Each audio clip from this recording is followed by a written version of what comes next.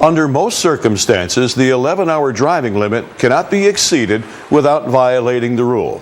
But the hours of service regulations recognize that some situations may require up to 2 hours of additional driving time, giving you up to 13 hours to complete your run safely.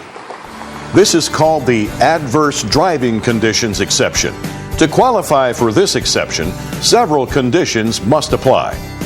First, you unexpectedly encounter weather conditions, highway conditions, or traffic conditions that the person who dispatched you was not or could not have been aware of.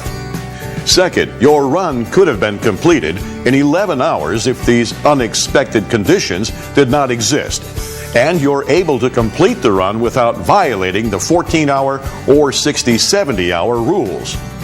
Third, you can't use the adverse driving conditions exception for events that you or the dispatcher should have known about and anticipated. When you do use this exception, it's a good idea to enter a note in your log listing the specific adverse conditions that led you to drive over the 11-hour limit. Certain drivers of transport equipment used exclusively for field operations of the oil and gas industry can take advantage of specific exceptions. First, drivers who drive CMVs used exclusively to support oil and gas drilling and operations can restart their 70-hour 8-day clock after 24 rather than 34 consecutive hours off duty. There are some additional restrictions to qualify for this 24-hour restart, so be sure to consult the regulations before exercising this option.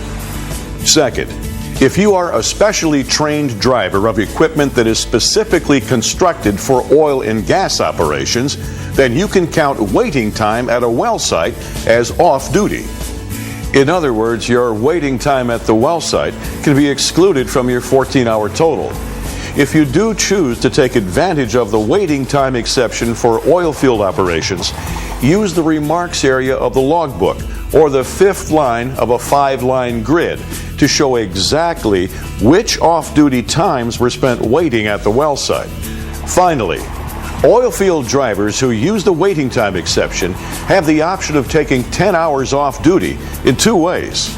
They can take a combination of 10 consecutive hours off duty in the sleeper berth or in an on-site sleeping accommodation like a bunkhouse at the natural gas or oil well location.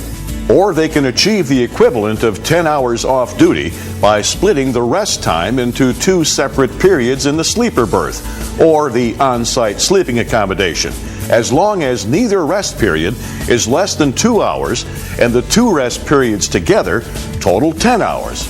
Again, if you plan to take advantage of this split rest time to achieve the equivalent of 10 hours off duty, be sure you understand the rules and log the hours appropriately.